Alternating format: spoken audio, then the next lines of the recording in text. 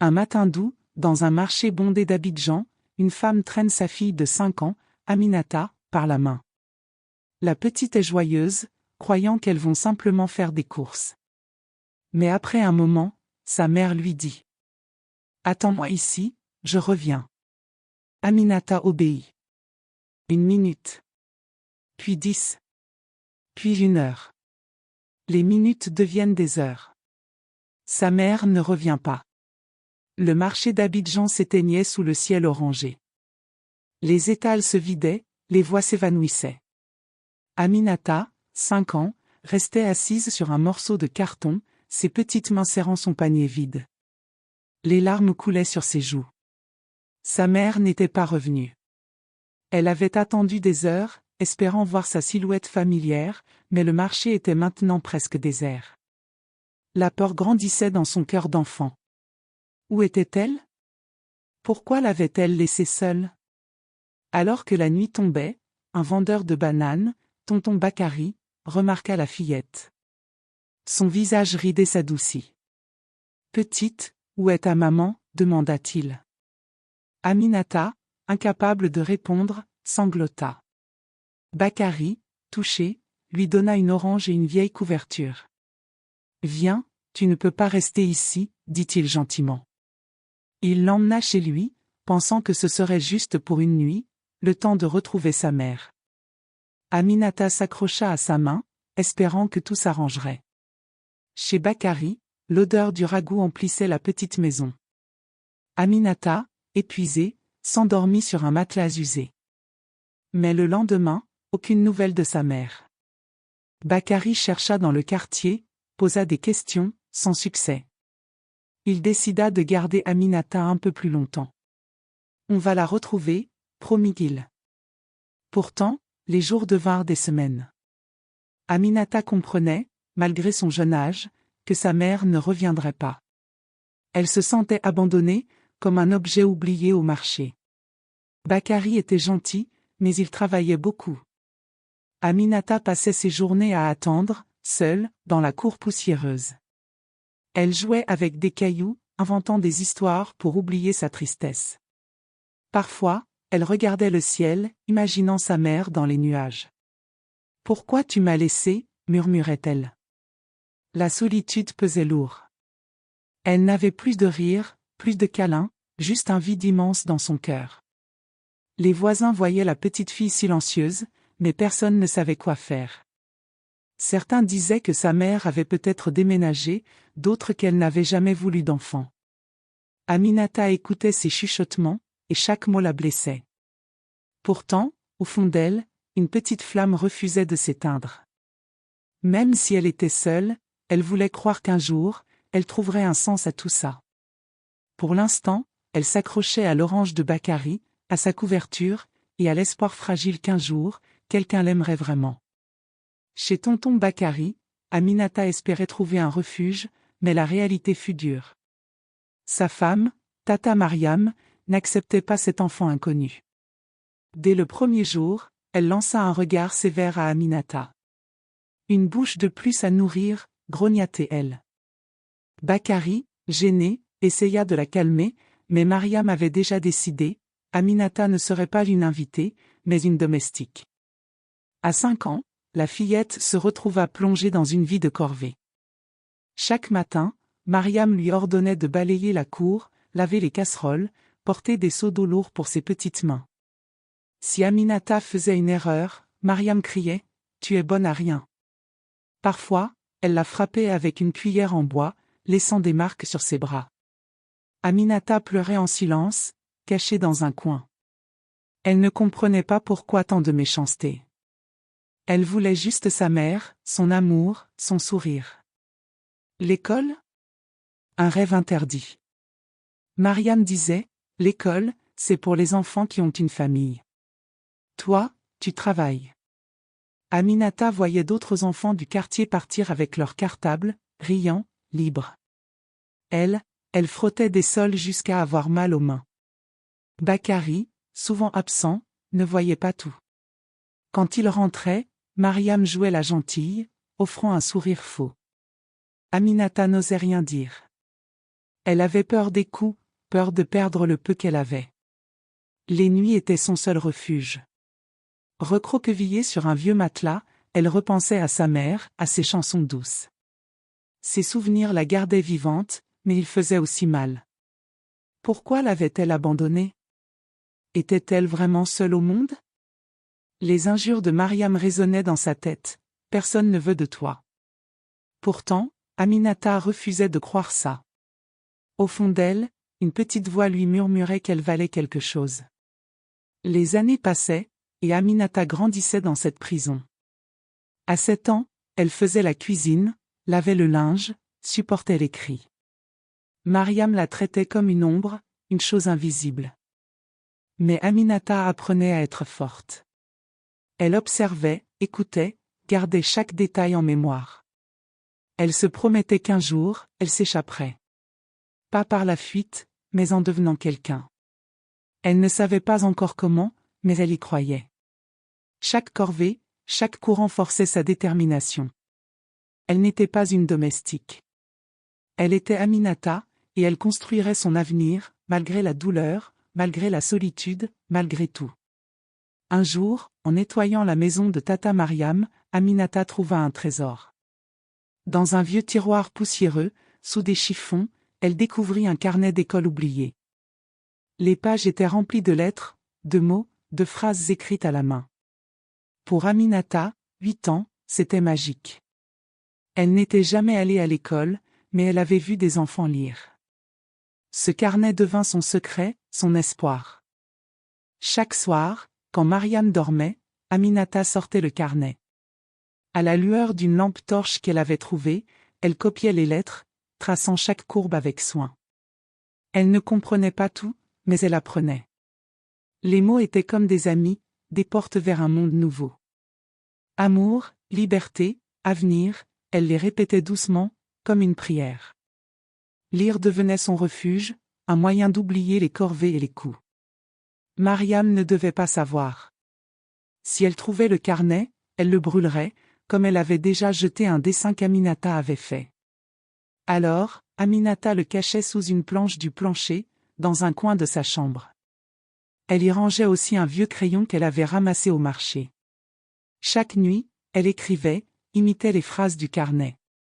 Elle apprenait à former des mots, puis des phrases. Je m'appelle Aminata. Je suis forte. Ces mots simples lui donnaient du courage. Parfois, elle faisait des erreurs. Les lettres se mélangeaient, les mots n'avaient pas de sens. Mais elle continuait. Elle volait des bouts de papier au marché, copiait des pancartes, des étiquettes. Elle demandait à tonton Bakary ce que signifiaient certains mots, en prétendant être curieuse. Il souriait, content de l'aider, sans se douter qu'elle apprenait seule. Aminata découvrait le pouvoir des mots. Il pouvait raconter des histoires, exprimer des rêves. Il pouvait la rendre libre. Mais c'était risqué. Une fois, Mariam la surprit avec la lampe allumée. « Qu'est-ce que tu fais » cria-t-elle, arrachant la lampe. Aminata mentit, disant qu'elle cherchait une chaussette. Mariam la frappa, mais ne trouva pas le carnet. Ce soir-là, Aminata pleura, mais elle ne renonça pas. Elle savait que ce carnet était sa chance, son arme contre la douleur. Chaque mot appris était une victoire, un pas vers un avenir meilleur. À travers ces pages, Aminata se découvrait. Elle n'était pas juste une domestique. Elle était une fille avec des rêves, une intelligence qui grandissait en secret. Ce carnet, c'était sa lumière dans l'obscurité, la preuve qu'elle pouvait devenir quelqu'un, malgré tout ce qu'on lui avait pris. À 9 ans, Aminata portait un poids que peu d'enfants pouvaient imaginer. Un soir, après avoir cassé une assiette par accident, Tata Mariam la battit avec une ceinture. « Inutile » cria-t-elle, chaque coup faisant trembler le corps frêle d'Aminata. Seule dans sa chambre, les joues mouillées de larmes, elle s'assit près de la fenêtre. Les étoiles brillaient, comme des promesses dans le ciel d'Abidjan. Elle murmura, « Je deviendrai quelqu'un. Même si personne ne m'aime. Je deviendrai quelqu'un. » Ces mots devinrent son serment. Elle ne voulait pas haïr Mariam, ni sa mère qui l'avait abandonnée. La haine ne l'emmènerait nulle part. Sa revanche, ce serait sa réussite. Elle l'imaginait, un jour, elle serait libre, respectée, loin de cette maison où elle n'était qu'une ombre. Cette promesse silencieuse la gardait debout. Chaque corvée, chaque insulte renforçait sa détermination. Elle n'était pas faible. Elle était Aminata. Elle continuait d'apprendre en secret avec son carnet. Les mots qu'elle écrivait, courage, espoir, étaient comme des briques pour construire son avenir.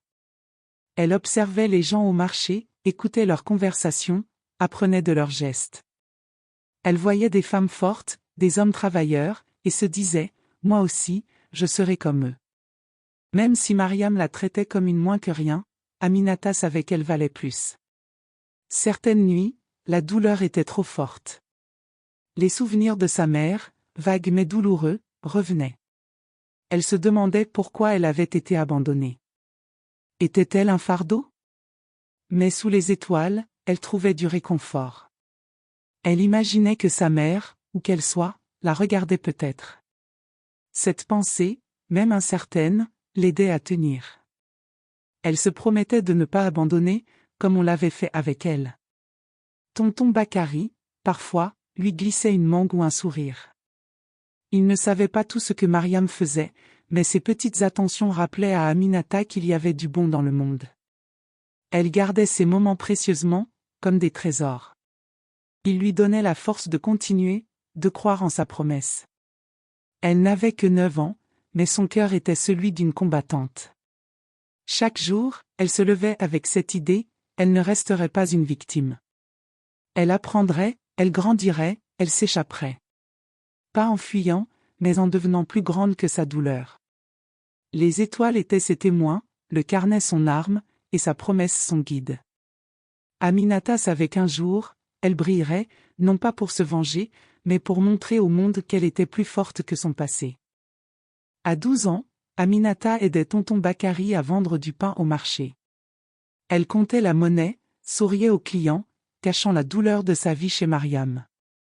Un jour, une vieille femme s'arrêta à leur étal. Maman Lucie, une institutrice à la retraite, remarqua la vivacité d'Aminata. Quand un client posa une question compliquée sur les prix, Aminata répondit avec clarté, calculant de tête. Lucie, surprise, lui demanda « Tu vas à l'école, petite ?» Aminata baissa les yeux. « Non, madame. » Lucie ne lâcha pas l'affaire. Elle revint les jours suivants, posant des questions, testant Aminata. Elle lui donna un vieux livre, un recueil de contes. Aminata le dévora en secret, apprenant de nouveaux mots. Lucie fut émerveillée par son intelligence. « Cette fille est spéciale, » dit-elle à Bakary. Elle apprit l'histoire d'Aminata, l'abandon, les corvées, les coups de Mariam. Indignée, Lucie décida d'agir. Elle connaissait un directeur d'école, M. Kouassi, et lui parla d'Aminata. Convaincre Kouassi ne fut pas facile. Elle a trop de retard, disait-il. Mais Lucie insista, donnez-lui une chance. Vous verrez. Un matin, elle emmena Aminata à l'école. La fillette, intimidée, serra son carnet contre elle. Kouassi lui fit passer un test simple. Aminata, grâce à ses nuits d'apprentissage, répondit correctement à presque tout. Le directeur, impressionné, accepta de l'inscrire, à condition qu'elle rattrape son retard. Lucie promit de l'aider. Pour Aminata, c'était un miracle. L'école était un monde nouveau, rempli de livres, de rires, de possibilités. Elle s'asseyait au premier rang, buvant chaque mot de ses professeurs. Lucie venait souvent, lui donnant des leçons supplémentaires. Elle lui apprenait à lire couramment, à écrire des phrases claires, à rêver grand. « Tu peux devenir ce que tu veux », lui disait-elle. Aminata buvait ses paroles, son cœur s'emplissant d'espoir. Mais rentrer chez Mariam restait un cauchemar. Elle raillait Aminata, « Tu te crois savante maintenant ?» Les corvées continuaient, les coups aussi. Pourtant, chaque jour à l'école renforçait Aminata. Elle n'était plus la petite fille abandonnée. Elle était une élève, une rêveuse. Lucie devint sa lumière, celle qui croyait en elle quand personne d'autre ne le faisait. Grâce à cette rencontre, Aminata voyait un chemin s'ouvrir. Elle savait que l'école était sa porte de sortie, son moyen de tenir la promesse qu'elle s'était faite sous les étoiles. Elle travaillerait dur, elle réussirait, et un jour, elle serait libre. Lucie lui avait donné plus qu'une éducation, elle lui avait redonné un avenir. À l'école, Aminata se transforma. En un an, elle rattrapa son retard. À 13 ans, elle devint la meilleure de sa classe, surprenant ses professeurs. Elle dévorait les livres, résolvait les problèmes de maths avec aisance, écrivait des rédactions qui faisaient pleurer ses instituteurs. Cette fille est un génie, disait M. Kouassi, le directeur. Les autres élèves l'admiraient. Son histoire d'enfant abandonné, apprenant seule avec un vieux carnet, se répandait. Elle inspirait. Chaque matin, Aminata arrivait tôt, son carnet sous le bras. Elle posait des questions, notait tout. Les mathématiques étaient son refuge, les chiffres ne mentaient pas, contrairement aux gens. La littérature lui ouvrait des mondes où elle pouvait rêver. Elle écrivait des poèmes sur sa mère, sur les étoiles, sur la liberté. Ses professeurs les lisaient avec émotion. « Tu as un don, Aminata », disait l'un d'eux. Elle souriait, mais au fond, elle savait que ce don était né de sa douleur. Maman Lucie, sa protectrice, venait souvent. Elle lui apportait des livres, corrigeait ses devoirs, lui parlait d'université, de métier. « Tu pourrais être médecin, avocate, écrivaine, » disait-elle. Aminata buvait ses paroles. Pour la première fois, elle se voyait autrement, pas comme une domestique, mais comme une future femme forte. L'école était son sanctuaire, un lieu où elle n'était pas jugée, où elle brillait. Mais chez Tata Mariam, les choses empiraient. Jalouse du succès d'Aminata, Mariam devenait plus cruelle. « Tu te prends pour une princesse », raillait-elle, lui donnant des corvées impossibles. Une fois, elle déchira un devoir qu'Aminata avait passé des heures à écrire. « L'école ne te sauvera pas », cracha-t-elle. Aminata pleurait, mais elle ramassait les morceaux, refusant de céder. Chaque insulte renforçait sa détermination. Elle savait que Mariam voulait la briser, mais elle ne la laisserait pas gagner. Ses camarades, eux, la soutenaient. Une amie, Awa, lui prêtait des stylos, partageait son déjeuner. Ces gestes simples rappelaient à Aminata qu'elle n'était pas seule. Elle gardait sa promesse en tête, devenir quelqu'un. Chaque bonne note, chaque compliment était une victoire contre son passé. Elle rêvait de partir, de construire une vie où elle ne dépendrait de personne. Son intelligence éclatait, mais elle restait humble. Elle aidait ses camarades, expliquait les leçons. Son cœur, malgré la douleur, restait grand. Elle savait que son talent était un cadeau, forgé dans les épreuves. Grâce à l'école et à Lucie, Aminata découvrait sa force. Elle n'était plus une enfant abandonnée. Elle était un génie en devenir, prête à changer son destin. À 15 ans, Aminata brilla au-delà de l'école. Elle remporta un concours national de lecture, récitant un poème qu'elle avait écrit sur sa vie. Sa voix, claire et puissante, toucha le jury. Son histoire passa à la télévision. Les gens découvraient cette adolescente abandonnée au marché, devenue une étoile grâce à sa détermination. Un journaliste, intrigué, décida d'enquêter sur son passé. Il voulait savoir d'où venait cette fille au talent exceptionnel. L'enquête révéla une vérité brutale. Après des semaines de recherche, le journaliste retrouva la mère biologique d'Aminata. Elle vivait dans un quartier pauvre d'Abidjan. Confrontée, elle avoua, elle avait abandonné Aminata volontairement. « Je ne pouvais pas m'occuper d'elle », dit-elle sans remords. Elle avait laissé sa fille de 5 ans au marché, sachant qu'elle ne reviendrait pas. Aminata, en apprenant cela, sentit son cœur se serrer. Elle avait toujours espéré que sa mère l'avait perdue par accident. Maintenant, elle savait, elle n'avait jamais été voulue. Cette vérité, diffusée à la télévision, choqua beaucoup de gens. Aminata était officiellement une enfant abandonnée, mais elle n'était pas brisée. Lors d'une interview, elle parla avec calme, Ma mère m'a laissé, mais je me suis trouvée. Ces mots inspirèrent des milliers de personnes. On la surnomma « l'étoile du marché ». Les réseaux sociaux s'enflammèrent, partageant son histoire de résilience. Des inconnus lui envoyaient des lettres, des cadeaux, des mots d'encouragement. À l'école, ses professeurs et camarades la regardaient avec encore plus d'admiration. Maman Lucie pleura en la serrant dans ses bras. « Tu es plus forte que tout », lui dit-elle. Même tonton Bakary, ému, lui demanda pardon pour n'avoir pas su la protéger de Mariam. Aminata, elle, ne ressentait pas de colère. La vérité, aussi douloureuse soit-elle, l'avait libérée. Elle n'avait plus à se demander pourquoi. Elle pouvait avancer. Tata Mariam, elle, devint silencieuse. L'histoire d'Aminata à la télévision l'avait humiliée. Les voisins murmuraient, critiquant sa cruauté. Elle ne frappait plus Aminata, mais son regard était plein de honte.